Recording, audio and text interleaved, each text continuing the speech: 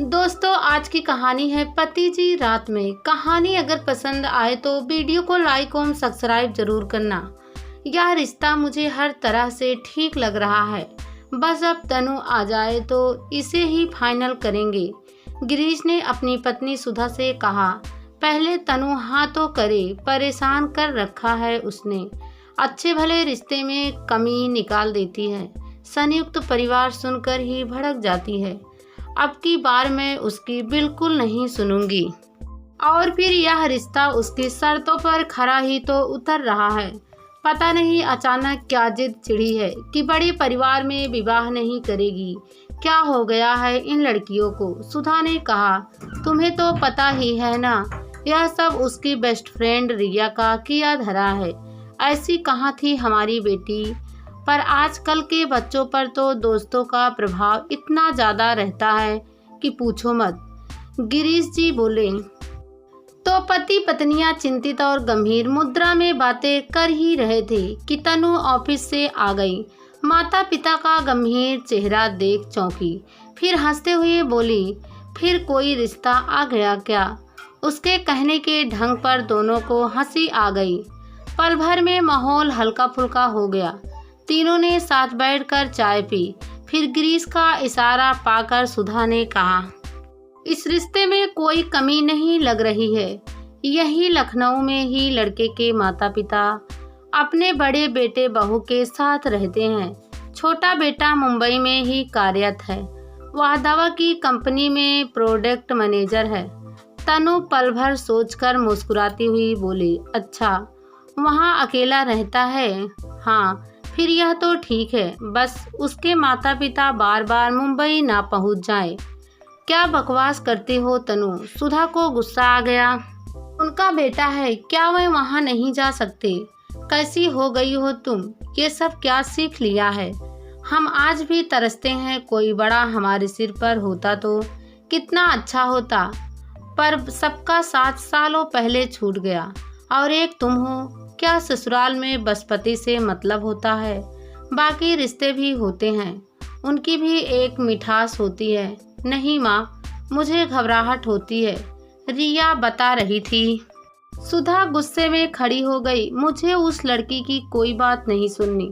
उस लड़की ने हमारी अच्छी वाली बेटी का दिमाग खराब कर दिया है। हमारे परिवार में हम 3 ही हैं।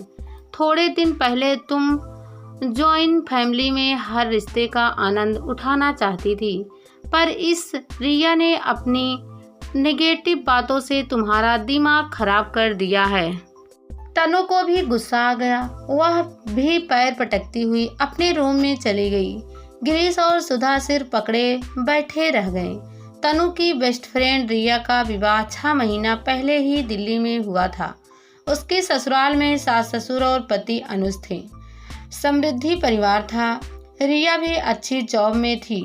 तनु से ही रिया के हालचाल मिलते रहते थे। दिन भर दोनों व्हाट्सएप पर चैट करती थी। अक्सर छुट्टी वाले दिन दोनों की बातें सुधा के कानों में पड़ती थी तो वह मन ही मन बेचैन हो उठती थी। उन्होंने अंदाजा लगा लिया था कि रिया सास ससुर की, यहाँ तक कि अनुज की भी कमियां निकाल कर तनु को किस्से सुनाती रहती है। वह तनु की बेस्ट फ्रेंड थी, जिसके खिलाफ एक शब्द भी सुनना तनु को मंजूर नहीं था। तनु को हर बात सुधा से भी शेयर करने की आदत थी, इसलिए वह कई बातें उन्हें खुद ही बताती रहती थी। कभी तनु कहती, आज रिया का मूड खराब है मम्मी। उसे अनुज ने मॉर्निंग वॉक के लिए उठा दिया। उसे सोना था, बेचारी अपनी मर्जी से सो भी नहीं सकती।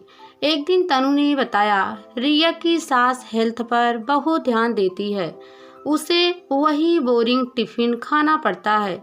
सुधा ने पूछा, उसकी सास ही टिफिन बनाती है? हाँ, रिया ऑफिस जाती है तो वही घर का सारा काम देखती हैं। उनके यहाँ कुक है, पर उसकी सास अपनी निगरानी में ही सब खाना तैयार करवाती है। यह तो बहुत अच्छी बात है। रिया को खुश होना चाहिए, इसमें शिकायत की क्या बात है? क्या खुश होगी बेचारी? उसे वह टिफिन अच्छा नहीं लगता, वह किसी और को खिला देती है। अपने लिए कुछ मनचाहा ऑर्डर करती है बेचारी। इसमें बेचारी की क्या बात है, उसके साथ हेल्थी खाना बनवा कर क्या गलत कर रही है। तनु को गुस्सा आ गया। आप उसकी परेशानी क्यों नहीं समझती? यह कोई परेशानी नहीं है। बेकार के किस्से सुनाकर तुम्हारा टाइम और दिमाग दोनों खराब करती है वह लड़की। 2 दिन तो तनु चुप रही, फिर तीसरे दिन ही शुरू हो गई। रिया के सारे रिश्तेदार दिल्ली में ही रहते थे। कभी किसी के यहाँ कोई फंक्शन होता है तो कभी किसी के यहाँ, पता नहीं कितने तो रिश्ते के देवर नंदे हैं जो छुट्टी वाले दिन टाइम पास के प्रोग्राम बनाते रहते हैं।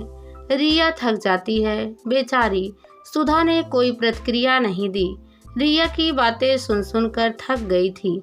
तनु की सोच बिल्कुल बदल गई थी। अच्छी खासी स्नेहमयी मानसिकता की जगह नकारात्मक ने ले ली थी। कुछ दिन बाद तनु के उसी रिश्ते की बात को आगे बढ़ाया गया। तनु और रजत मिले, दोनों ने एक दूसरे को पसंद किया। सब कुछ सहर्ष तय कर दिया गया। रजत मुंबई में अकेला रह रहा था, इसलिए उसके माता पिता गौतम और राधा को उसके विवाह की जल्दी थी। विवाह अच्छी तरह से संपन्न हो गया था। रिया भी अनुज के साथ आई थी। वह तनु से कह रही थी, तुम्हारी तो मौज हो गई तनु, सबसे दूर अकेले पति के साथ रहोगी। काश मुझे भी यही लाइफ मिलती, पर वहाँ तो मेला ही लगा रहता है। इस बात को सुनकर सुधा को गुस्सा आ गया। सब रस्में संपन्न होने के बाद 1 हफ्ते बाद तनु और रजत मुंबई जाने की तैयारी कर रहे थे। तनु के ऑफिस की ब्रांच मुंबई में भी थी। उसकी योग्यता को देखते हुए उसका ट्रांसफर मुंबई ब्रांच में कर दिया गया। रजत के भाई विजय, भाभी रेखा और 3 साल का भतीजा यश और स्नेह लुटाते सास ससुर सबके साथ तनु का समय बहुत अच्छा बीतता था। बीच बीच में रिया भी निर्देश देती रहती थी। मुंबई आने के लिए कहने की, फॉर्मेलिटी में मत पड़ना, नहीं तो वहाँ सब डट जाएंगे। आकर भरपूर स्नेह और आशीर्वाद के साथ दोनों परिवार उन्हें एयरपोर्ट तक छोड़ने आए। तनु ने मुंबई पहुंचकर रजत के साथ नया जीवन शुरू किया। रजत के साथ ने उसका जीवन खुशियों से भर दिया। दोनों सुबह निकलते, रात को आते। वीकेंड में ही दोनों को थोड़ी राहत रहती। सुबह लता बाई आकर घर का सारा काम कर जाती। तनु फटाफट किचन का काम देखते हुए तैयार होती। 2 जनों का काम ज्यादा नहीं था, पर रात को लौटकर किचन में घुसना अखर जाता। रजत ने कई बार कहा भी था, डिनर के लिए भी किसी बाई को रख लेते हैं, पर हमारा कोई आने का टाइम तय नहीं है ना, और फिर घर की चाबी देना भी सेफ नहीं रहेगा। चलो ठीक है, मिलकर कुछ कर लिया करेंगे। तनु की रिया से अब भी लगातार चैट चलती रहती थी। रिया उसके आज़ाद जीवन पर आहें भरती थी। 5 महीने बीत रहे थे। रजत को 1 हफ्ते की ट्रेनिंग के लिए सिंगापुर भेजा जा रहा था। उसने कहा, अकेली कैसे रहोगी, लखनऊ से माता पिताजी को बुला लेते हैं।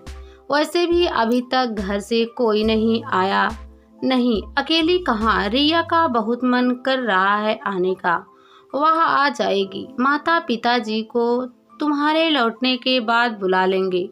तनु ने अपनी तरफ से बात टालने की कोशिश की तो रजत मान गया।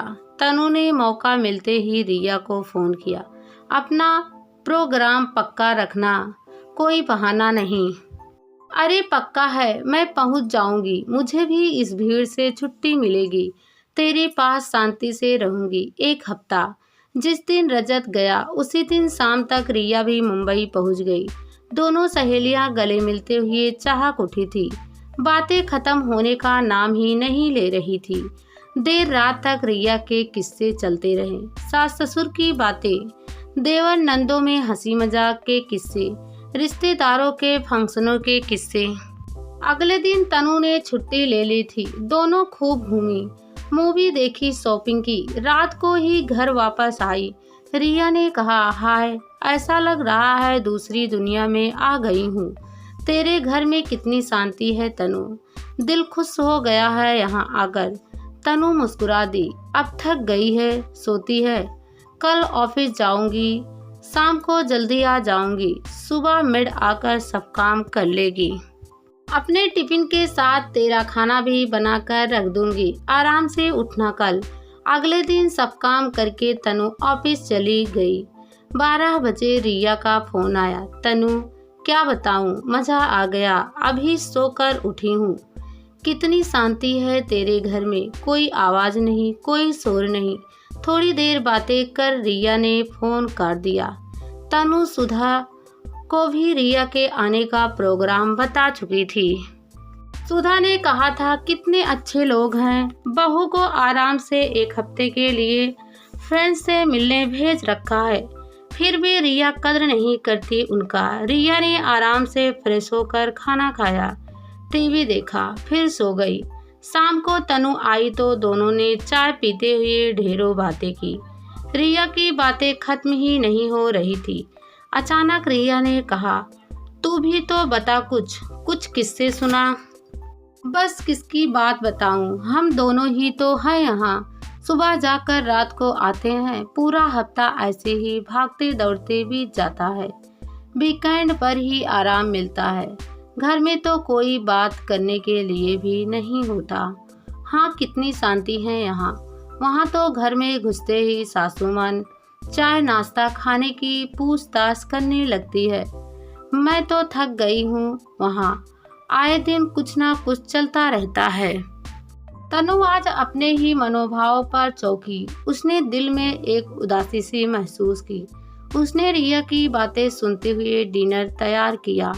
बीच बीच में रिया के पति और उसके सास ससुर फोन पर बातें करते रहते थे। दोनों जब सोने लेटी तो दोनों के मन में अलग अलग तरह के भाव उत्पन्न हो रहे थे। रिया सोच रही थी, वाह क्या बढ़िया लाइफ जी रही है तनु। घर में कितनी शांति है, ना कोई शोर आवाज, ना किसी की दखल अंदाजी की। क्या खाना है, कहाँ जाना है, अपनी मर्जी से कुछ भी करो। वाह क्या लाइफ है। उधर तनु सोच रही थी, रिया इतने दिनों से ससुराल का रोना रो रही है कि काश वह अकेली रह पाती। पर मुझे तो समझ ही नहीं आ रहा है कि अकेले रहने में क्या सुख है। यहाँ तो हम दोनों के अलावा सुबह बस बाई दिखती है, जो मशीन की तरह काम करके चली जाती है। हमारी चिंता करने वाला तो कोई भी नहीं यहाँ। मायके में भी हम 3 ही थे। कितना शौक था मुझे संयुक्त परिवार की बहू बनकर हर रिश्ते का आनंद उठाने का। यहाँ हर वीकेंड में किसी मॉल में या कोई मूवी देखकर छुट्टी बिता लेते हैं। घर आते हैं तो थके हुए, कोई भी अपना नहीं दिखता। इस अकेले संसार में ऐसा क्या सुख है जिसके लिए रिया तरसती रहती है। ऐसे अकेलेपन का क्या फायदा जहाँ ना देवर की हंसी ठिठोली हो, ना नंद की छेड़खानी और ना सास ससुर की डांट और उनका स्नेह भरा संरक्षण। दोनों सहेलियां एक दूसरे के जीवन के बारे में सोच रही थी, पर तनु मन ही मन फैसला कर चुकी थी कि वह कल सुबह ही लखनऊ फोन कर ससुराल से किसी न किसी को आने के लिए जरूर कहेगी। उसे भी जीवन में हर रिश्ते की मिठास को महसूस करना है। अचानक उसकी नज़र रिया की नज़रों से मिली तो दोनों हंस दी। रिया ने पूछा, क्या सोच रही थी? तुम्हारे बारे में और तुम्हारे बारे में। और फिर दोनों हंस पड़ी। पर तनु की हंसी में जो रहस्य भरी खनक थी वह रिया की समझ से परी थी।